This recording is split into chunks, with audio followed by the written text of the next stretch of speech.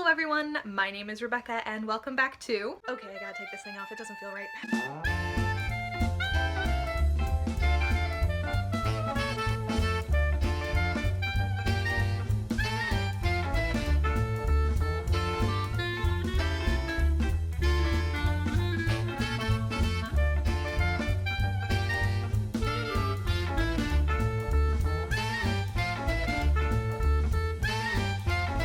Today I'll be talking about the use of soundtrack and score on BBC Sherlock and how even those elements support TJLCE. I've been looking forward to this one for a really long time. My first video project for the fandom was actually analyzing one of the soundtrack songs in early 2015, so this has been a long time coming. In case you aren't familiar with the different terms, a soundtrack refers to pre-existing songs that are incorporated to a TV show or film, while a score consists of the songs that are written specifically for that TV show or film. The first use of a soundtrack song within the actual show was at the start of A Scandal in Belgravia in the form of Moriarty's ringtone, which is Staying Alive by the Bee Gees.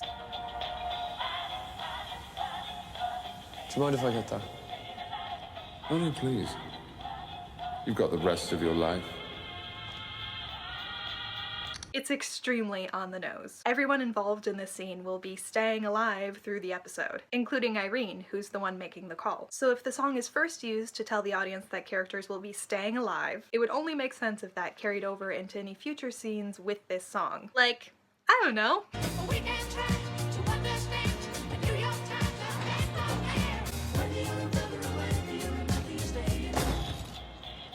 Moriarty talks about the song in the context of finding life boring, but we're meant to remember its earlier meaning and apply it here. Both Sherlock and Moriarty will be staying alive. There are another couple of soundtrack songs in the Reichenbach Fall. Firstly, the song that plays when Moriarty is stealing the crown jewels is called The Thieving Magpie.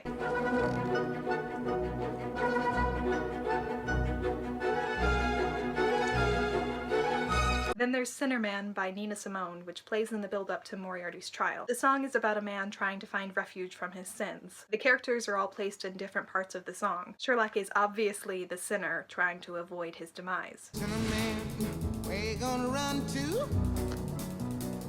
Where you gonna run to? All on that day. The first person he looks to for refuge is The Rock. Will I run to the rock? Please Ready? hide me, I run to the rock. The Rock is John. They cut out an entire section where The Rock refuses to help the man, because of course John would never do that, and Sherlock hasn't actually gone to him for help. The song skips an entire verse after that as well, and goes directly into the man going to the Lord for help.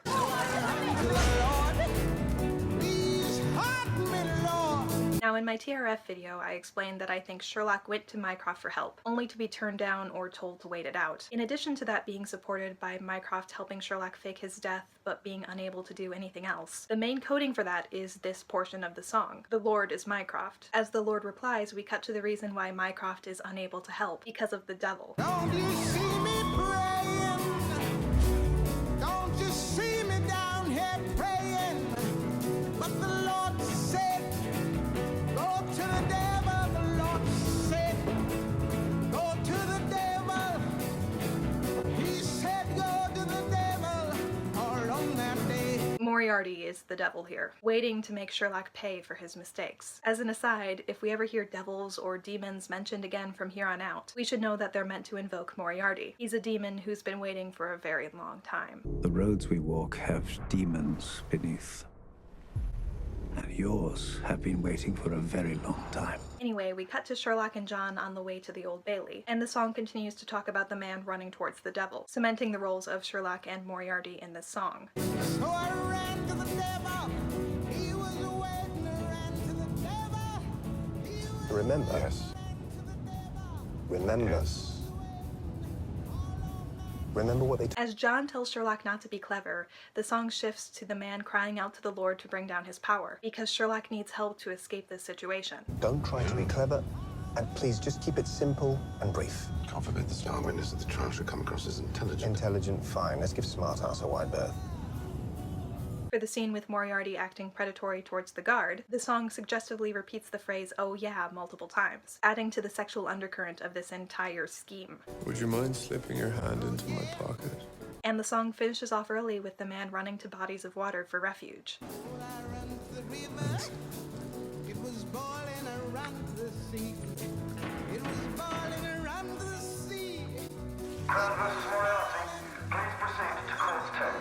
In the canon, the place where Holmes and Moriarty apparently both die is referred to at least once as the Reichenbach Cauldron, which fits that imagery of a boiling sea and hints that the ultimate showdown of this episode will be a retelling of that scene. Now, even antis will admit that those last two songs were chosen purposefully, but for some reason, when we get to Series 3, they have a harder time seeing it that way. That's probably because rather than hinting at something case-related, they foreshadow the romance. Take the song that plays for Sherlock and John's reunion scene, Donde estás, Yolanda?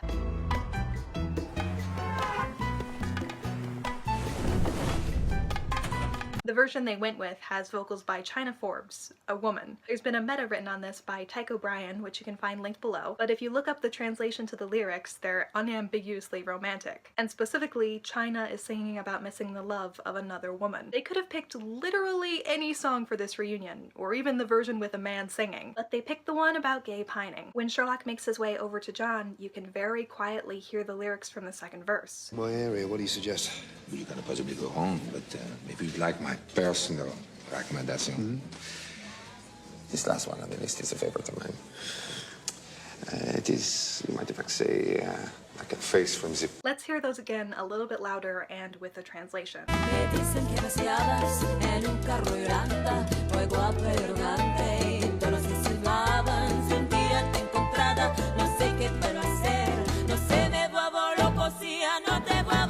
It definitely fits the situation, and considering that it stops when Sherlock walks away, we can assume this song is meant to be representing his point of view. He doesn't know what to do now that he's been reunited with John, but he can't live without him. It just strengthens the romantic undertones of this scene. The chorus of the song plays when John lunges at Sherlock.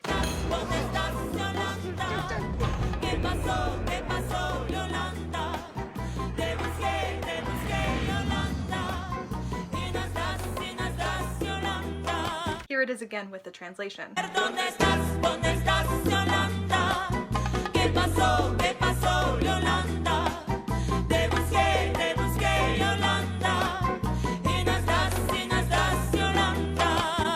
Kind of works from either point of view, and again strengthens this as a tragically romantic scene. The Sign of Three has more soundtrack songs than any other episode. Most of them can be found during the Stag Night. In the Loudest Subtext in Television Google Drive folder I keep referring to, there's a meta breaking down all of the Stag Night songs, and since I couldn't identify any of the songs but the last one, I'm crediting that meta for this portion. The song that plays in the first pub is Shakin' All Over by Johnny Kidd.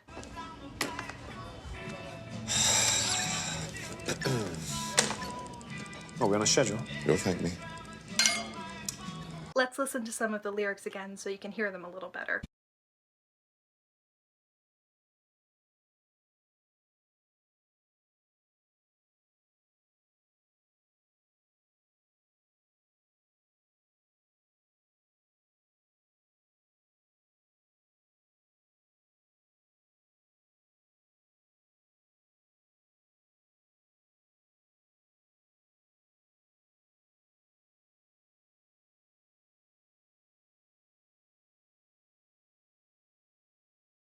What a wonderful way to lead into the Stag Night. After the dubstep break, we get Fried My Little Brains by The Kills. Over there. What? This one is a little bit more vague, but seems to be suggesting that nothing will happen tonight, even though it's the perfect opportunity and both of them want something to happen. I've got 2 minutes. Better get me good. Pull out my little milk tea. I won't good. I won't move over. I won't get gone. I won't move over. Next is Crystalline Green by Goldfrapp. How long? Sorry? Your visit. Estimate approximate volume discharge. Stop talking now. The lyrics seem to suggest an extreme closeness and familiarity, while also hinting at something more and letting an opportunity slip through your fingers.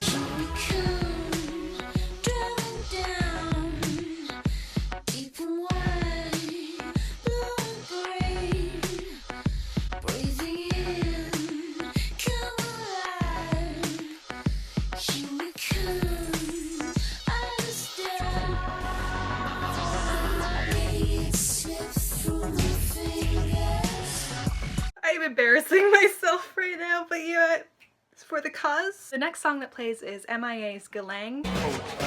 Quick, one more. You mustn't see. There are a lot of things happening in the lyrics here, but this portion has to be my favorite. London calling, speak the slang now. Boys say what, one girl say what they say. Rivers gonna run through, work is gonna save you. Praying you will go through, something to help you. Don't let Well then! This song is especially fitting with lines about London and Sherlock thinking the work will save him, when the real solution is just to, you know, never mind, move on. The last Stag Night song is again the only one I recognized. We Found Love by Rihanna. I know Ash! Don't tell me I don't. You can only hear the beat there, but here are the lyrics.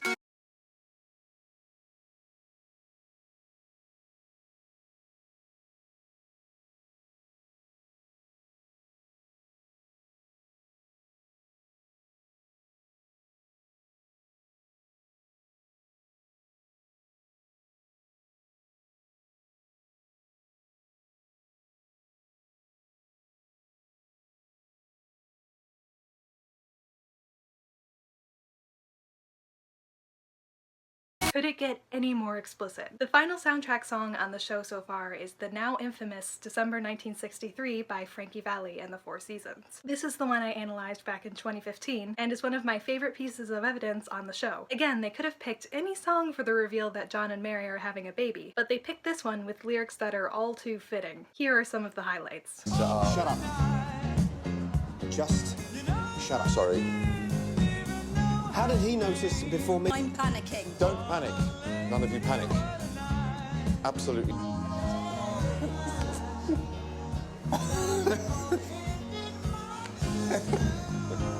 You're asking.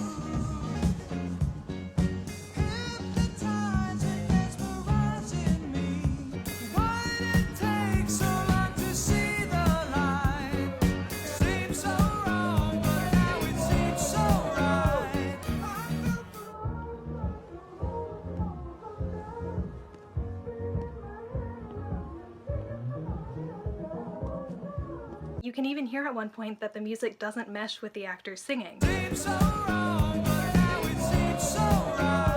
So they were more concerned about the music matching certain moments. This is all intentional. And now we move on to the score. My friend Dan, the Celestial Mother, was a huge help to me in researching for this section, particularly for character themes and for Series 1. Go check him out. I'm going to start this section by introducing you to some of the character motifs, since they're going to be showing up a lot, and I want you all to know what I'm referring to. Let's start with John's theme. It's always a variation of these notes.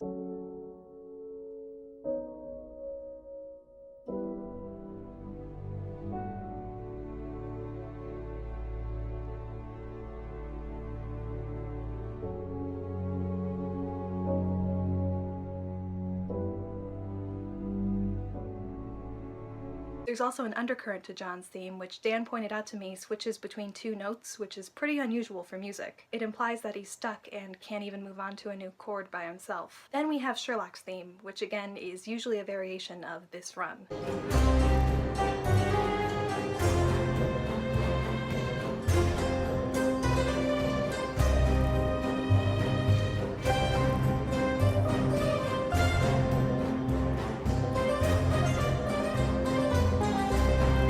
As Dan pointed out to me, there is a second half of Sherlock's theme, and you'll already recognize these notes.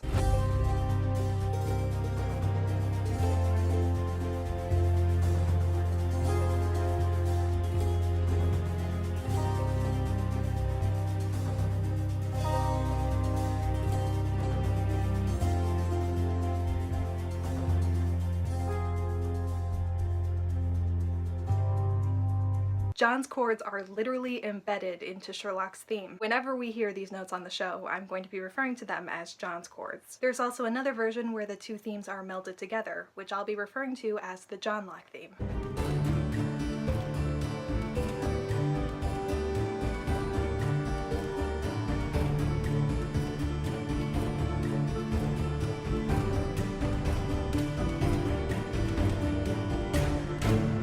More on why you recognize that later. The next two character motifs are basically what inspired M-theory. A lot of what I talk about with them will be taken from M-theory, but I'll be adding something new in my analysis of one of them. Let's start with Mycroft, who, like Sherlock, has both a main and a background motif.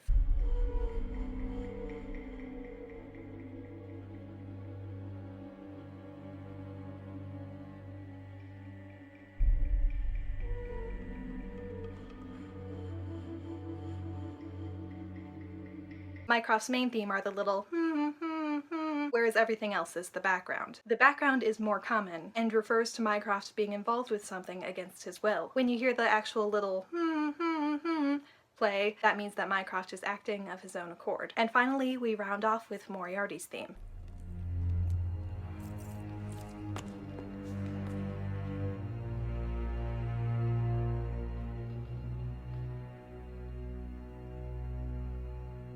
If those notes sound familiar to you, there's a good reason. The first three are identical to John's theme. These characters' themes are so similar for a reason. It's telling us that the two characters have the same driving motivation, winning Sherlock's affections, but have different tones, and that their attempts will have different outcomes. Their themes are written as rivals. They play with that a lot in a few of the episodes. You'll notice I'm leaving off themes for a few of the characters, but as I'll explain when we get there, that's because those themes don't actually refer to those characters. There are a few other themes thrown in throughout that I'll be referring to as well, but I'll also be explaining those when we get there. This is by no means a comprehensive analysis of the score. These are just some of the obvious highlights and takeaways from listening to the music with the mindset that it's meant to tell us something. So let's start off with A Study in Pink. Like Dan pointed out to me, the first episode is mostly just a back and forth between Sherlock and John's themes. It serves to introduce the audience to the concept that different motifs represent different characters, and that the main driving heart of the score and the show is the relationship between John and Sherlock. Since we open the show with John, it makes sense that the first score we're introduced to is his theme.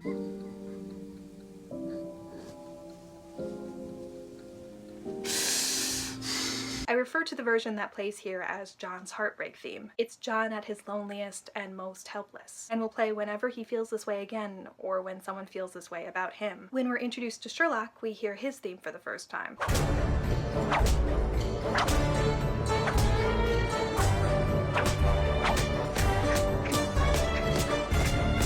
When this version of Sherlock's theme plays, rather than a more subdued version, it usually denotes that Sherlock is doing something out there, like whipping a corpse, or that he has a plan going. We get a more subdued version of Sherlock's theme when John and Sherlock meet. Because remember, this first series is from John's point of view. He's slowly being drawn into Sherlock's world. Sometimes I don't talk for days on, and would that bother you? Potential flatmates should know the worst about each other. Sherlock's theme picks up in intensity when Sherlock winks at John and dashes off.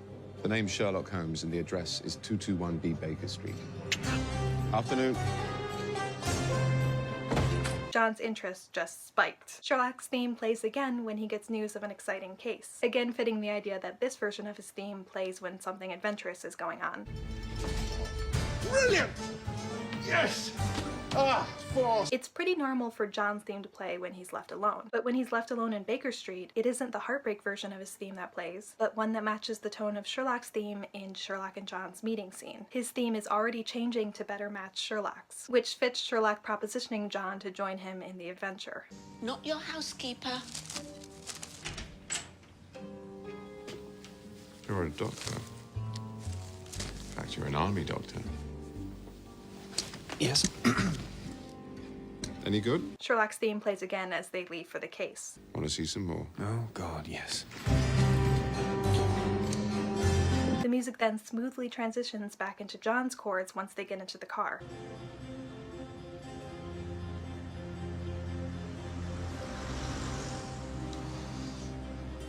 Okay, you've got questions. Yeah, where are we going? Crime scene. Next. They're truly melding into a unit already. Like Dan pointed out to me, at the end of the first crime scene, we hear the first iteration of the Johnlock theme, as talking to John helps Sherlock make a break in the case. Serial killer's always hard. You have to wait for them to make a mistake. Can't just wait. Oh, we're done waiting. Look at her. Really, look, Houston, we have a mistake. Get on to Cardiff. Find out who Jennifer Wilson's family and friends were. Find Rachel. Of course, yeah, but what mistake? Pink! John doesn't know this though, and his theme picks back up as he's left alone.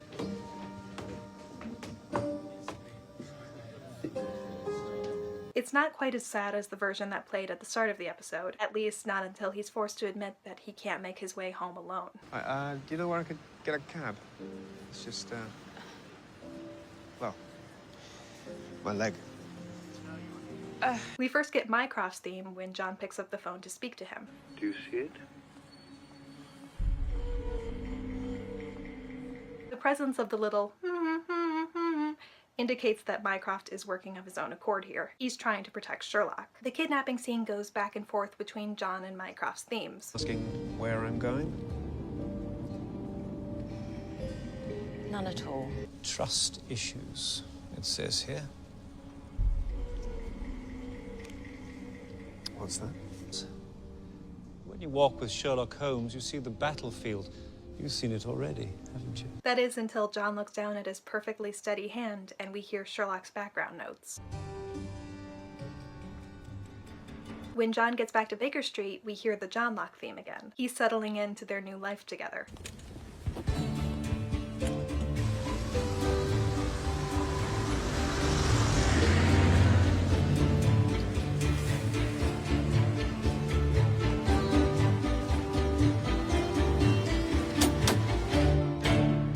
Sherlock's theme plays again when he lures John back onto the case with him, and as soon as he says, "I said dangerous and here you are," the John Locke theme starts up again.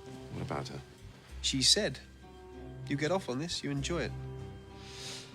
And I said dangerous, and here you are. Damn it. The most intense version of Sherlock's theme plays during Sherlock's and John's first chase through London, and it's never been used again. It's the highest peak of adventure, the closest connection. Wait, sorry.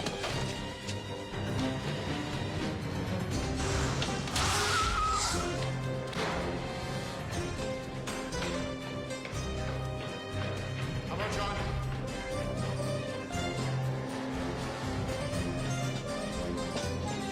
And even in this version, you can still hear John's chords.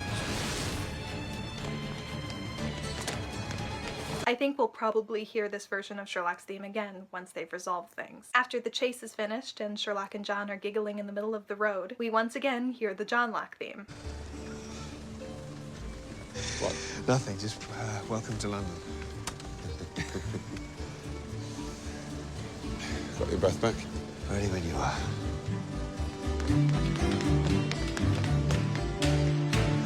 So much of their relationship is embedded in this score, but the music can also signify a threat. As the cabbie lures Sherlock into the car with him, we hear Moriarty's notes for the first time.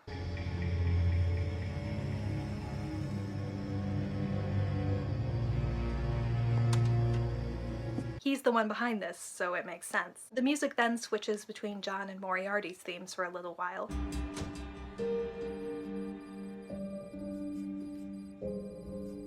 Oh, I like this bit.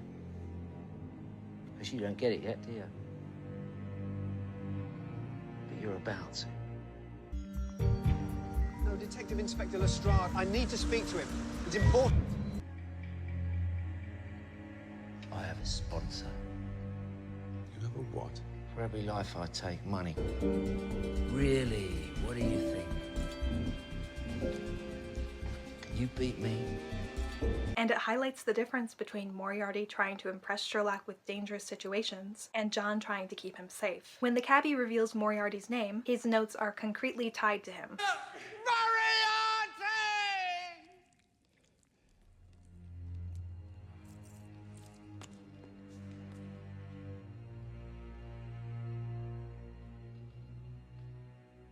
Dan pointed out to me that after Sherlock realizes that John was the one to save him, the music switches from case music to a more subdued version of Sherlock's theme, probably indicating that he now feels more personally involved in the situation, rather than seeing it as a puzzle. I didn't find until I was in immediate danger, though. It's a strong moral principle.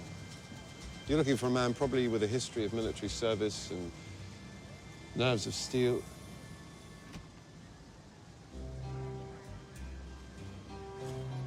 When Mycroft shows up at the parking lot, we hear his background music mixed with Moriarty's notes. I always tell a good Chinese back something in the bottom third of the door handle. Sherlock, that's him. That's the man I was talking to you about. I know exactly who that is. So... Which again is basically what sparked M-Theory. The score ties Mycroft and Moriarty together. As we end off the episode with Sherlock and John side by side ready to take on more adventures, we hear Sherlock's theme close out the episode.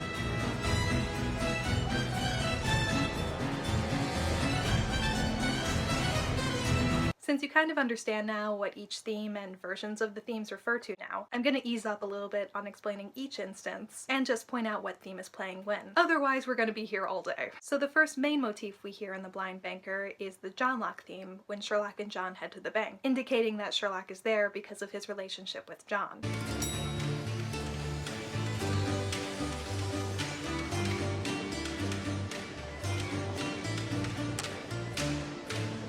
We get Sherlock's theme when he's popping around like a ferret.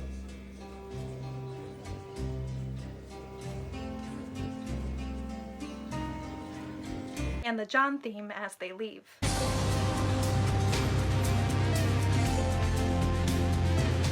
It's actually pretty common for John's theme to play during transitions. He's central to the narrative. The John Locke theme plays as Sherlock and John run towards the code wall together. I found it.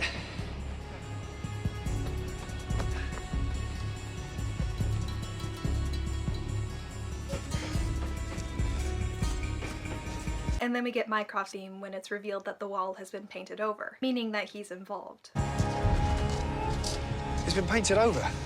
Mycroft's background also plays when Su-Lin is talking about her relationship with her brother, driving home the mirror between Su-Lin and Jiju, and Sherlock and Mycroft. We could work for the Black Lotus, or starve on the streets like beggars.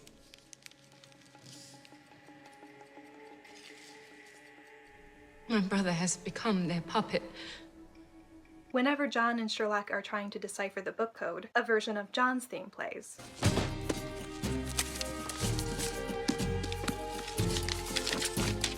I don't remember if I covered this in my sexual innuendo video or not, but the priceless hairpin, whose value depends on who owned it, is definitely a little suggestive, especially when it's constantly tied to John's theme. Not all men have dicks, but they refer to John's a lot, so. It's really funny that when John indirectly asks Sarah out, Sherlock's background notes start playing. And I don't have one tonight.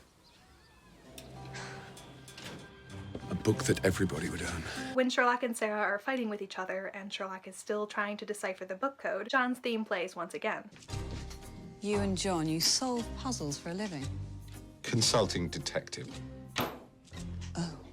Finally, John's heartbreak theme plays as Sherlock unties Sarah, and John and Sarah continue their date and leave Sherlock alone. Again, it can relate to people being heartbroken over John, too.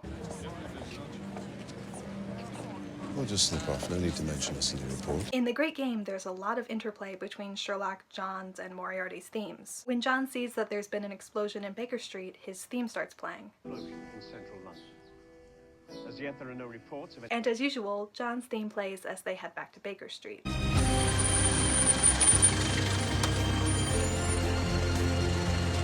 Now, when Moriarty lets the first victim call for help once they've solved the case, a strange version of John's theme in Moriarty's key plays. It's probably foreshadowing that John will be the final Pip. Well done, you! It plays again in the transition to the abandoned car in the next case.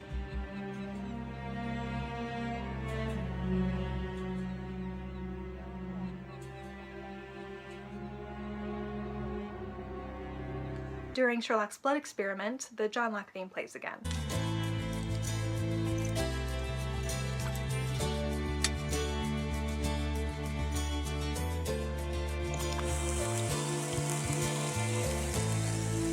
That one's probably a bit of a canon reference. Holmes was experimenting with blood when he first met Watson, so this signifies that the story has been about their relationship since 1881. We again get a back and forth between Sherlock and John's themes with the John Locke theme mixed in there for a little while.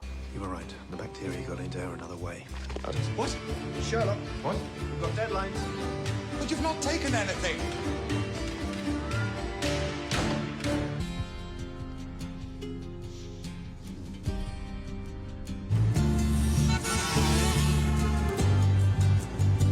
This is interrupted by the Moriarty notes when the gallery owner mentions his name. Moriarty.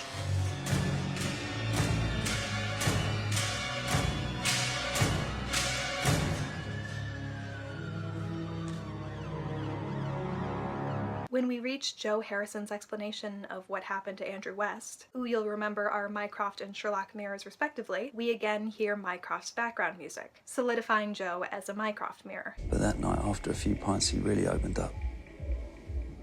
He told me about these missile plans. Beyond top secret. He showed me the memory stick. He waved it in front of me. When Sherlock messages Moriarty about meeting up at the pool, we hear the John Moriarty hybrid theme again, since this is where John will be the victim.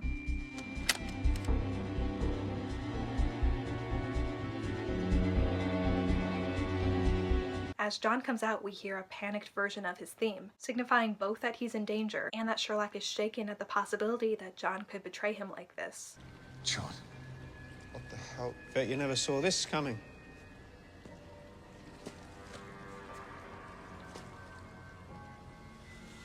What would you like me? The rest of the episode is punctuated by Moriarty's theme at poignant moments. I gave you my number. I told you my call. Your sniper. Pull that trigger, Mr. Moriarty, then we both go up. I mean, he's sweet. I can see why you like having him around, but then people do get so sentimental about their pets. Then you could cherish the look of surprise on my face. Because I'd be surprised, Sherlock. Really, I would. I'm just a teensy bit disappointed. We've already discussed staying alive, so we can move ahead to Moriarty's notes playing as he threatens Irene. I will find you, and I will skin you. The music that plays during the case montage at the beginning of A Scandal in Belgravia will play again when Sherlock is preparing to meet Irene Adler, meaning that both of these situations are just cases to Sherlock. My wife seems to be spending a very long time at the office. Boring. I think my husband might be having an affair. Yes. What are you doing? Going to battle, John. I need the right armor. No. When Sherlock heads out to face the press and they all see him as the eccentric detective in the funny hat for the first time, his theme plays.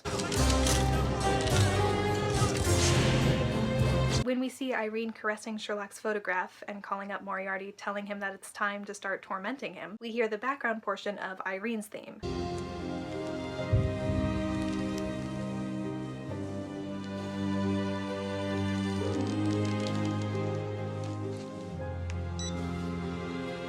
Hello.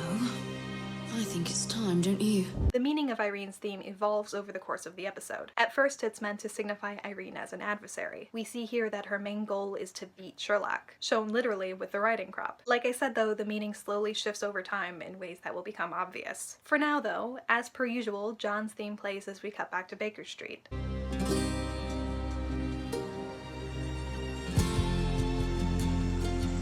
His theme plays again when we cut to the hiker. Sir, phone call for you. Like what's happened with Mycroft already, this is done here to signify that the hiker is a John mirror. Sherlock's theme plays as he deduces the palace worker for the same reason.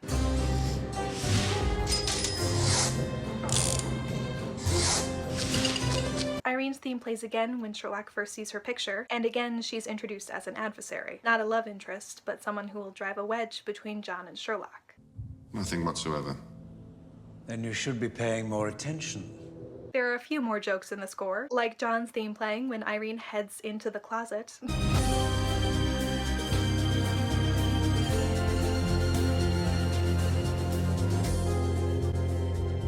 Sherlock's theme plays both for the punching scene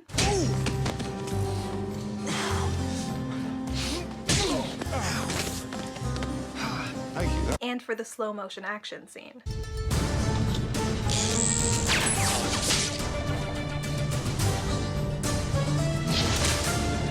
Irene's theme plays through Sherlock's helpless nightmare. Definitely the new sexy.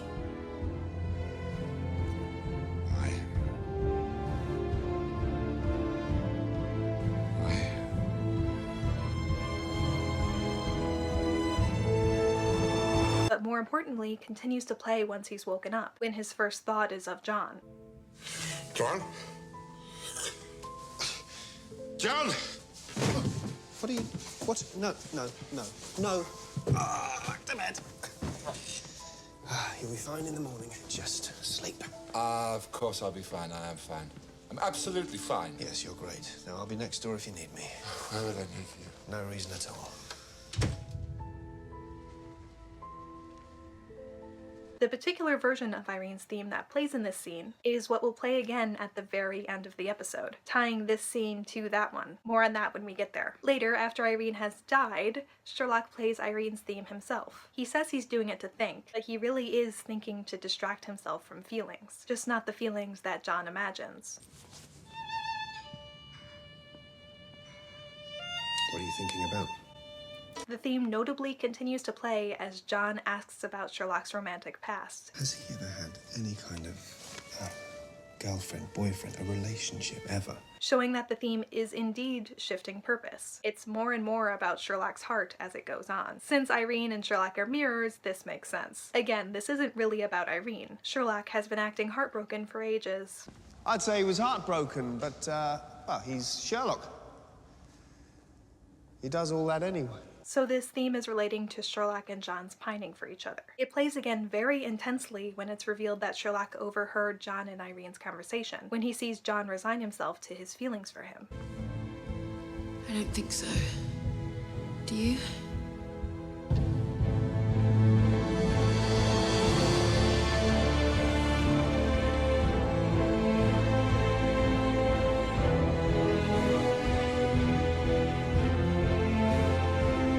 That moment is interrupted when Sherlock sees that Mrs. Hudson is being held hostage. While I've talked about the fall theme before, I haven't yet in this video, so as a refresher, it sounds like this.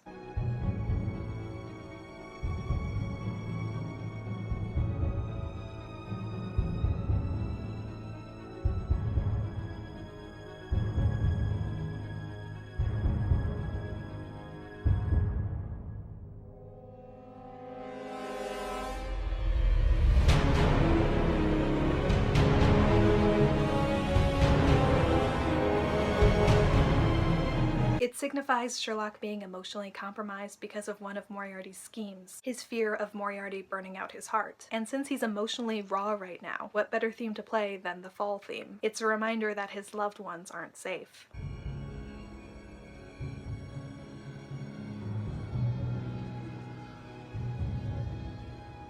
John's theme plays once again when he arrives back at Baker Street.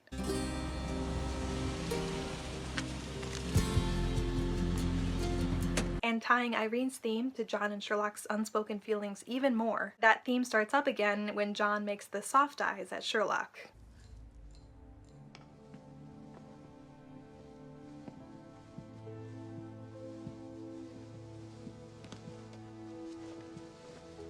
Where is it now?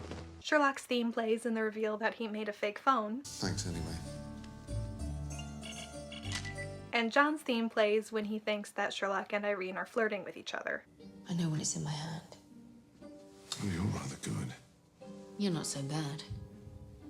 After Sherlock unwittingly helps Irene by showing off for John, and has again made a mistake because of his emotions and played into what Moriarty wanted, the fall theme starts up again. Flight 007. 007, something, 007. What? I haven't talked at all about the deduction, tension, and crime scene music, but it's notable that the music that plays during Sherlock's and Irene's fireside chat is crime scene music. Let's have dinner. Why? You might be hungry. I'm not. Good. Why would I want to have dinner if I wasn't hungry? Even though John is missing for this portion of the episode, his theme still carries us through transitions.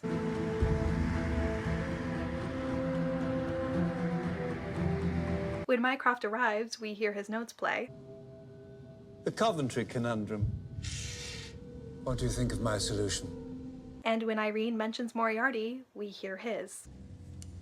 Gave me a lot of advice about how to play the Holmes boys. Do you know what he calls you?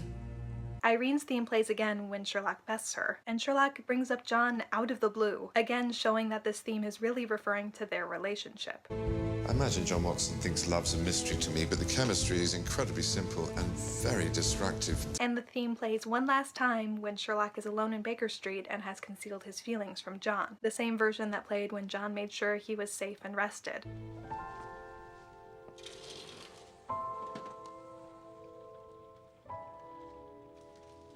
The woman.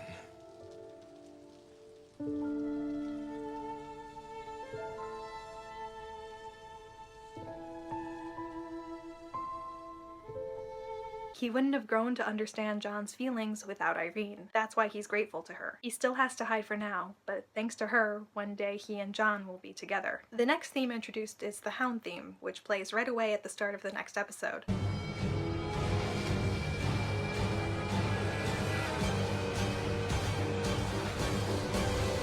It tends to be played when Henry is freaking out.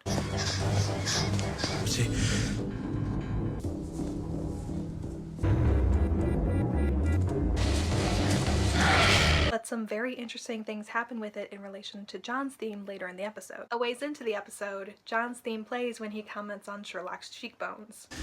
Oh, please, can we not do this time? Do what? You being all mysterious with your cheekbones and turning your coat collar up so you look cool. I don't do that. Yeah, you do.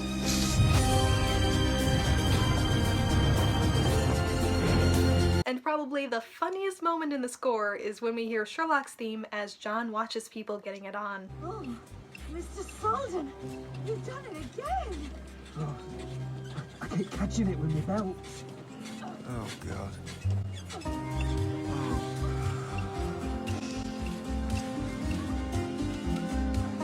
Yeah.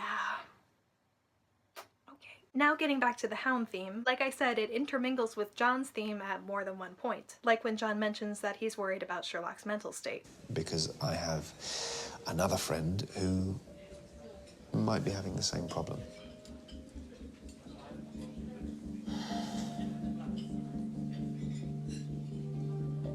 We know that what Sherlock is actually afraid of is Moriarty getting to John, and the score will explicitly link the Hound theme to Moriarty later on, so the melding of these two themes relates to Sherlock's fear. It plays again in the lab scene.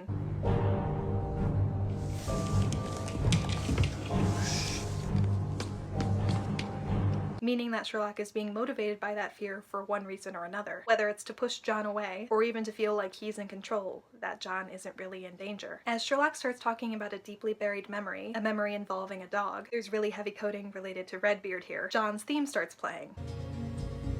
There has to be something.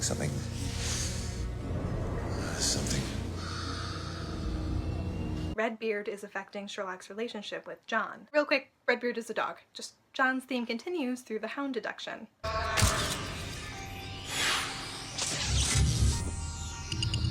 In the hollow, when Sherlock pulls off Franklin's mask, he sees Moriarty and we hear the Hound theme. No!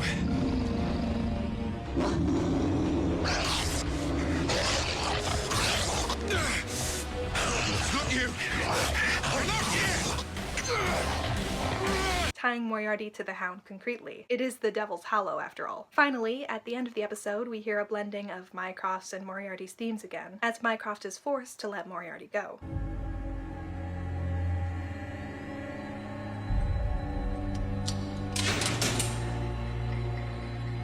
All right, let him go. Then we get to the Reichenbach Fall. Like the Great Game, there's a lot of interplay between John and Moriarty's themes here, with Sherlock's, Mycroft's, and the Fall theme all mixed in there. The cold open has John's heartbreak theme, telling us that something is deeply wrong even before John says that Sherlock is dead.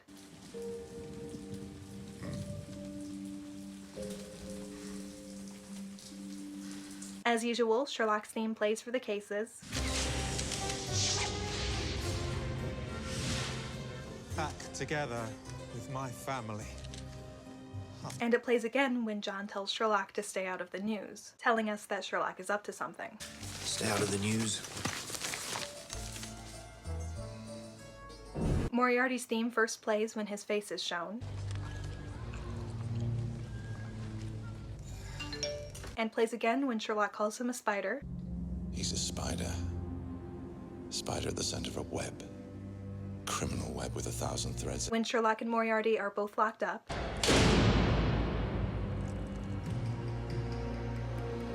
And again when Sherlock turns away from John, looking afraid at whatever Moriarty is planning. Somehow this is part of his scheme.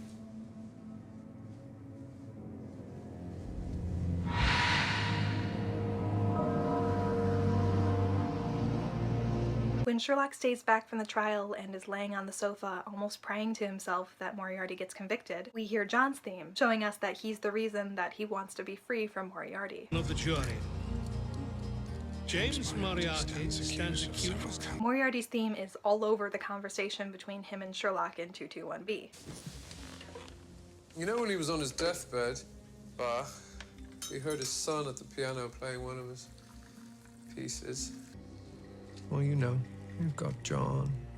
I should get myself a live-in one. Except there's a more permanent destination.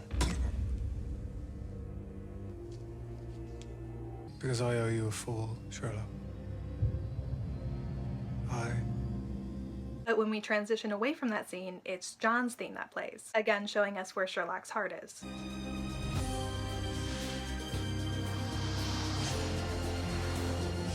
When they head to the chocolate factory to save the children and Sherlock is unwittingly cementing his own downfall, the fall theme starts playing again. Spread out, please. Spread out. Later, when they're leaving New Scotland Yard and Sherlock says he wants his own cab, John's theme plays, backing up what I said about Sherlock wanting to be separated from John so he can't reveal his feelings. This is my cab. You get the next one. Why? You might talk.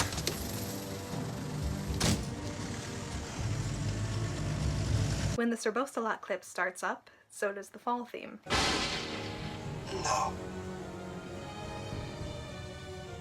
The music cycles through John's, Moriarty's, and the fall theme for a little while. Leave it, John. Sherlock Holmes, I'm arresting you on suspicion of a... Doing the explaining in print. It's all here. Conclusive proof. Let him get away! Leave him alone!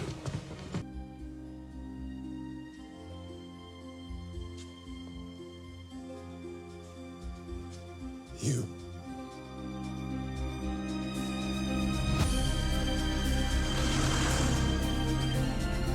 The music is used in some pretty interesting ways in the scene in the Diogenes Club, like Mycroft's genuine surprise when John shows up being indicated by his notes. And Moriarty's theme overpowering Mycroft's when he talks about how afraid he is of him. People like him, we know about them, we watch them. But James Moriarty, the most dangerous criminal mind the world has ever seen. And in his pocket, the ultimate weapon, a key code. A few lines of computer code that can unlock any door. When Mycroft admits to being helpless to save Sherlock at this point, the fall theme plays once again. I'm sorry. Oh. Tell him, would you? And now we get to the roof scene. When Sherlock is talking about the computer code like it will solve everything, Moriarty's theme plays, showing that at this point, Moriarty has totally outsmarted him. No. This is too easy. This is too easy. There is no key. Doofus! His theme plays again when Moriarty reveals that Sherlock can't escape by killing him because his friends are in danger. Unless my people see you jump. When Sherlock has a glimmer of hope that he might be able to convince Moriarty to let him escape and starts laughing in relief, we hear John's theme, the reason for that relief. What? What is it? And the fall music plays when Moriarty says, "You're me," showing that this is all what Moriarty wanted. You're me? Thank you. Like I pointed out in the episode breakdown for TRF, as Sherlock steps up to the ledge, a heartbroken version of John's theme plays as a duet between violin and piano. They are both about to be left heartbroken and alone.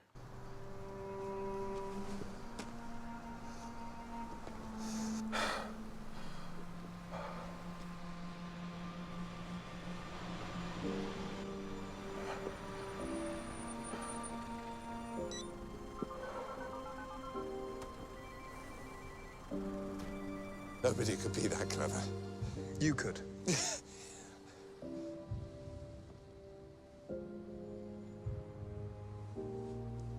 As Sherlock jumps, the fall theme plays one last time for the episode.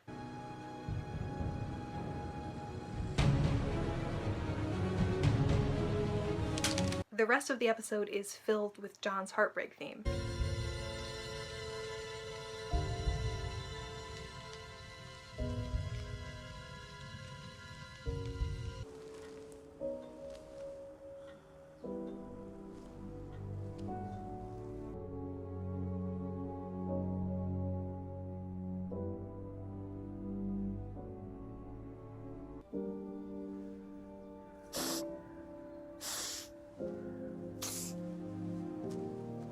With one last bit of relief with Sherlock's theme, when it's revealed that he's alive and will return to John.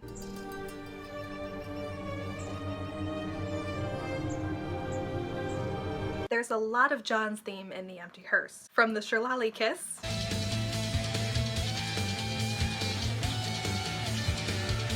to Sherlock talking about returning to London. Just put me back in London. Need to get to know the place again, breathe it in, feel every quiver of its beating heart. One of our men died getting this information. To the ultimate John chords playing as Sherlock stares out over London.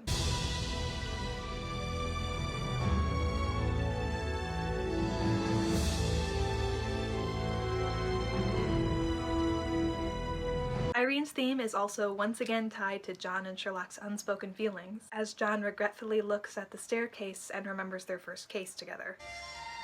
That was the most ridiculous thing I've ever done. You invaded Afghanistan. At the restaurant, we hear the Watson Waltz for the first time, and since it plays after John has ignored Sherlock and before Mary even appears, it's already clear that this song is about Sherlock missing John.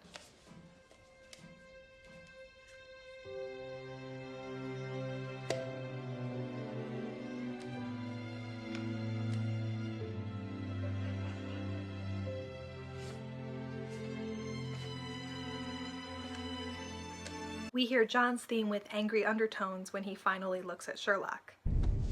Interesting thing, a tuxedo. There's distinction to friends and anonymity to waiters. The Watson Waltz plays again when Mary promises to talk John around, and Sherlock deduces her. In the old days, Sherlock would have been the one talking John around. He's already missing him.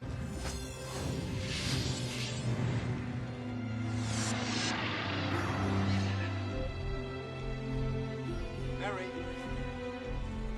John's theme plays as Greg hugs Sherlock, showing that Sherlock is thinking of John in this moment and wishing he had reacted this way.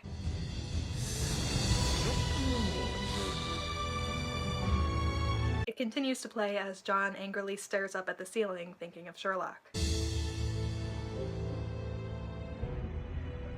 This was actually pointed out to me by a commenter, but the music that plays during the Shuriarty kiss is actually the fall theme in a major key, showing that this is the goal of all of Moriarty's scheming.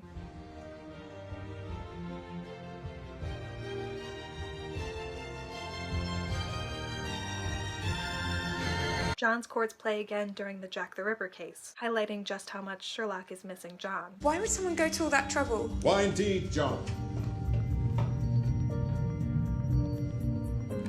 The score connects the train bomb to John's kidnapping, even though on a surface read the two are completely unrelated.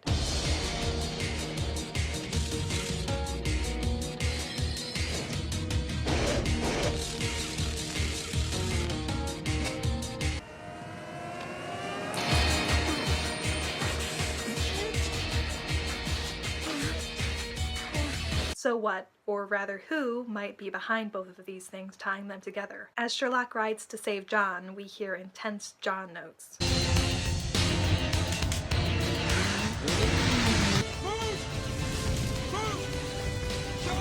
And the theme turns softer as Sherlock cups John's face. John! John! John! John! Since the train bomb is symbolic of a heart, it makes sense that we hear John's theme a lot in this scene.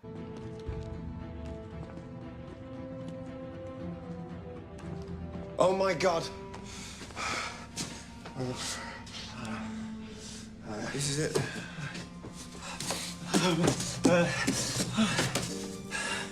Oh my God.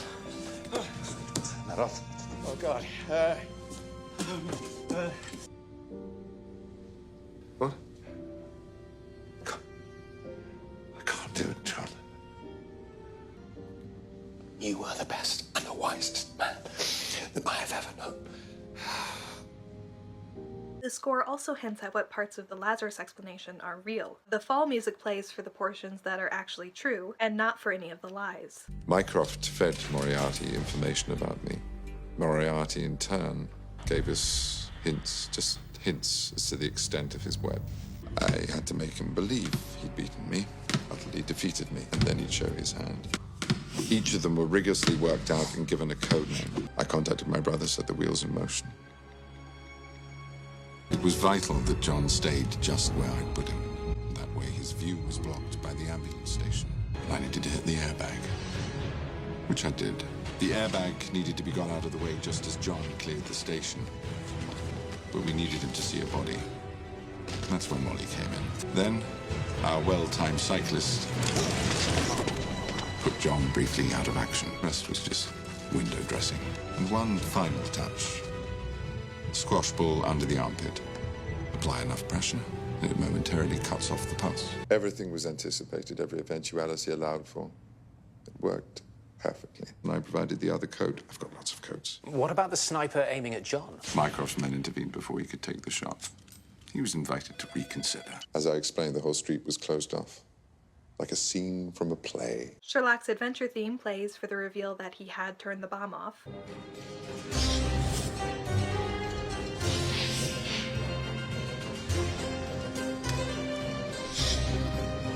And later John's theme plays during the conversation at the bottom of the stairs, making it even more emotionally loaded. I was there. I asked you for one more miracle. I asked you to stop being dead. I heard you. But the music transitions to Sherlock's theme as he leaves to go be Sherlock Holmes.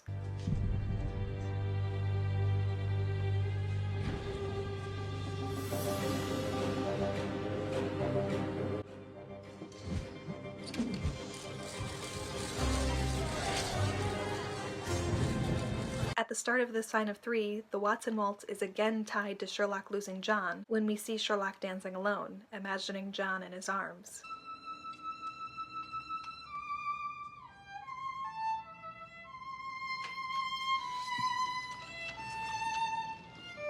Shut up, Mrs. Hudson. And John's notes poignantly play as Sherlock stares at his empty chair.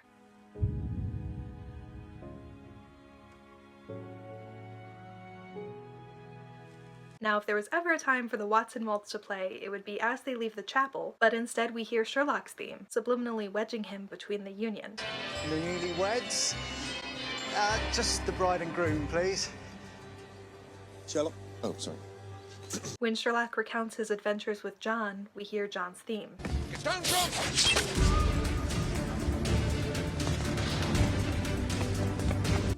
What is that? A French decathlete found complete. And tellingly, when Sherlock talks about love affairs, we hear the John Locke theme for the first time in a while. Oh, she's coming back. She's a client, she's boring. I've seen those symptoms before. Oscillation on the pavement always means there's a love affair.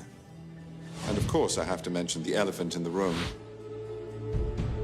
Sherlock's theme plays both as they leave Mary to go investigate a military base,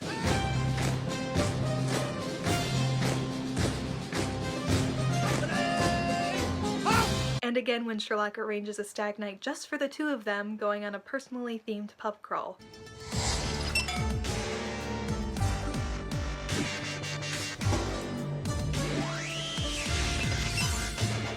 When Sherlock stops in the middle of his speech to have a huge realization, we hear John's theme as he talks about John's secret middle name. Henry? Shut up. Humphrey. Shut up. Higgins? Go away. We briefly hear Irene's theme again, but since this whole realization is actually about John, it just cements the theme as being about Sherlock and John's feelings. John Hamish Watson. Just if you were looking for baby names. God knows where she is.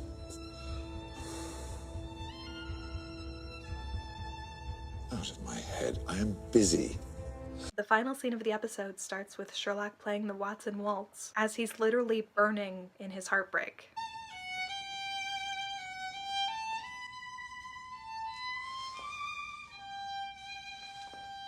At the start of his last vow, John's theme plays as he has a wet dream about the war and Sherlock. A lot of injuries then. Violent deaths. Enough for a lifetime. Want to see some more? Oh, God, yes. The game is on. Sherlock's theme then takes over for a little while, since he's in the middle of a big plan. Come for me too.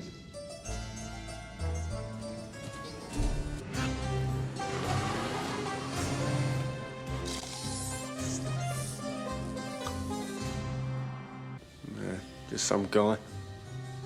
Yeah, it's probably just an addict in need of a fix. Yes, I think in a way it was. Is it a shirt? Trying to recruit you. Stay out of my bedroom. We shift back to John's theme when Sherlock and Janine are flirting, though. Don't you go letting on. I might just, actually. I haven't told Mary about this. I kind of wanted to surprise her. In the scene when Sherlock is shot and is desperately trying to survive, the score is hugely important and tells us a lot. For starters, when Mind Palace Molly tells Sherlock he needs to fall, the fall theme starts playing. Fall now.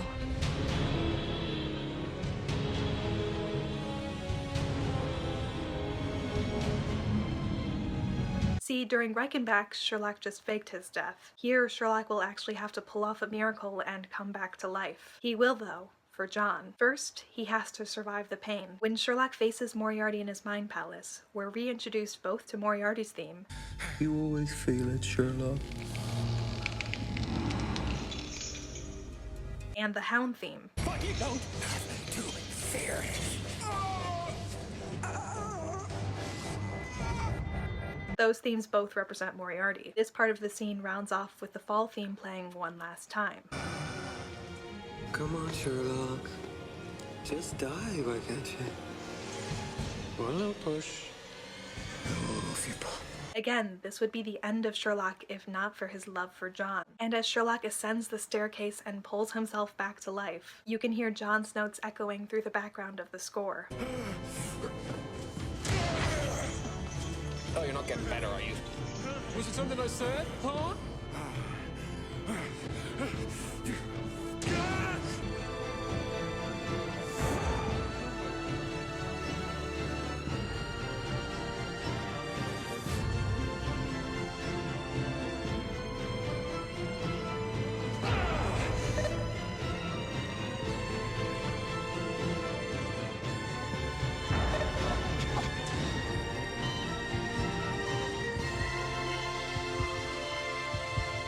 After Sherlock goes into cardiac arrest, you can hear a melancholy version of John's theme playing as he glares at Mary for causing this.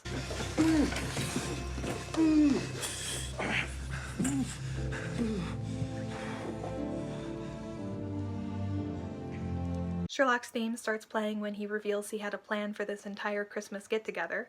Mary, can you hear me? Don't drink Mary's tea. Things go wrong though, and it looks like Sherlock will have to leave John forever. John's theme is all over the tarmac scene. Most poignantly, it plays when Sherlock talks about the thing he always wanted to say and never did, making it extremely clear what that thing was. John, there's something I should say. I've meant to say always and I never have. Since it's unlikely we'll ever meet again, I might as well say it now. Now we get to The Abominable Bride. The first part of the episode is just the score hitting the same beats it did in A Study in Pink. We hear John's theme for his nightmare,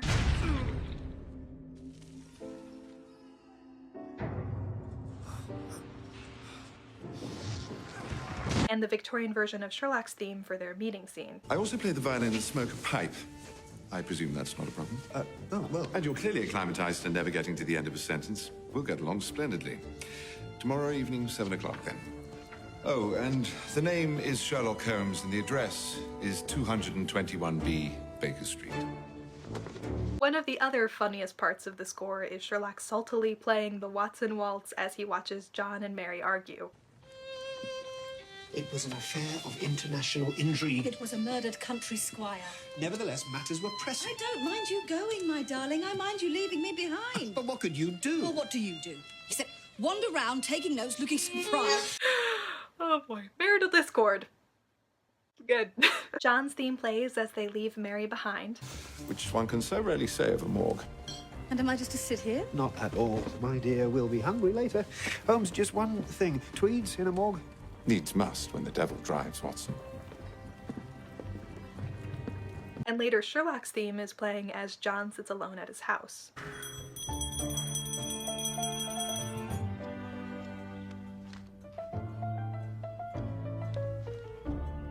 Sherlock, my guy. Stop. John's theme plays on the transition to the greenhouse scene, showing us just what that conversation will really be about. Exactly. Did you bring it? Of course. Then come, Watson. Come. The game is afoot.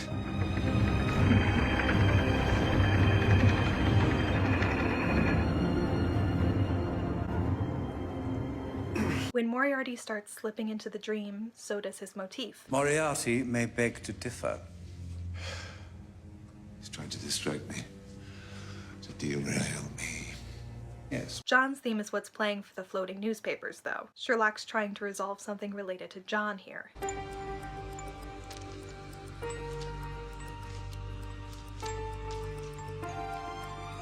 When Moriarty arrives at 221B, predictably his theme is all over the place.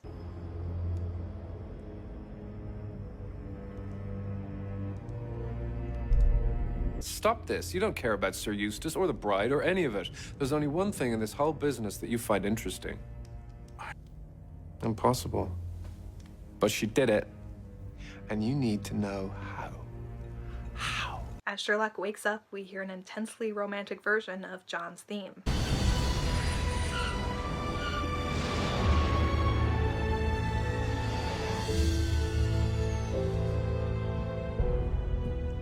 Back in the dream, when they head off to save Mary, Sherlock's theme plays, again showing that he's up to something. You're Sherlock Holmes, wear the damn hat.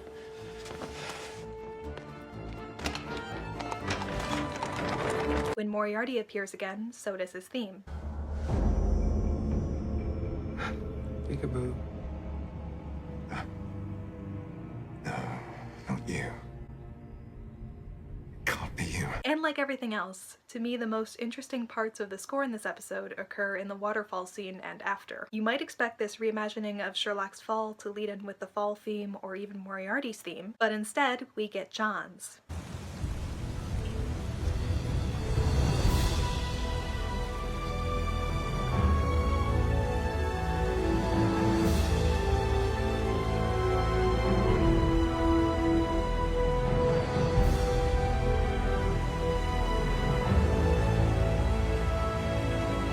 This entire scene is about Sherlock's feelings for John. When John swoops in to save Sherlock, a brassy, heroic version of his theme plays. It's always just you and me!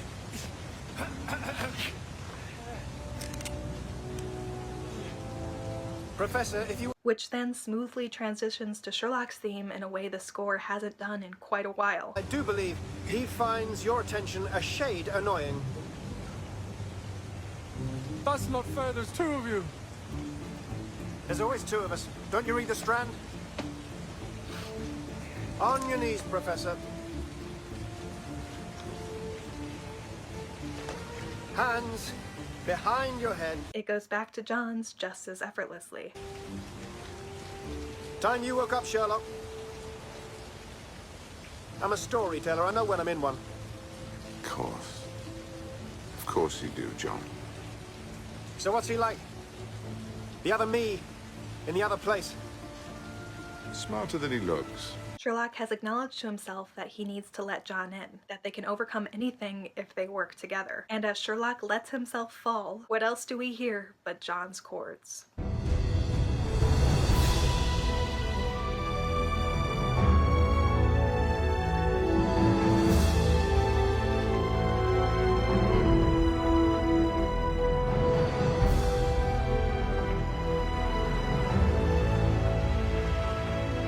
Sherlock's adventure theme starts up as they leave the tarmac, but it's interrupted by Watson questioning Holmes' imagined future.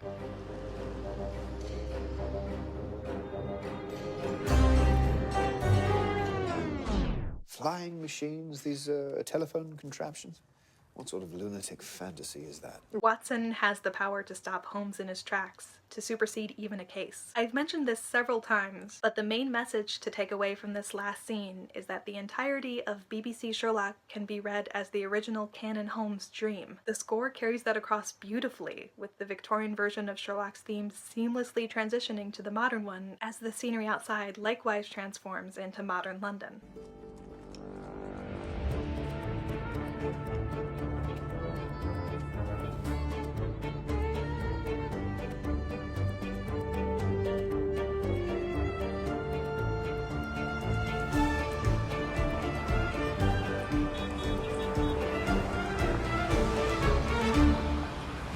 Which leaves us with one last song, the one that plays at the end of every episode and over every title sequence. I'm sure you've recognized the John Locke theme by now. After all, the composers wanted it to be the first song you thought of when you thought of the show. For the title sequence, they didn't pick Sherlock's adventure theme, but instead the effortless melding of John and Sherlock's themes together. That, to me, is the most convincing piece of evidence that the score has to offer. The heart of the show, what it's all about, is the interplay between those two motifs and the relationship between the two men they represent. Every time the credits play, we're told that the show centers around John and Sherlock's relationship in a way that's more concrete than anything else in the score, and it plays at full volume twice an episode. Like every other element in the show, the score always leads back to John Locke.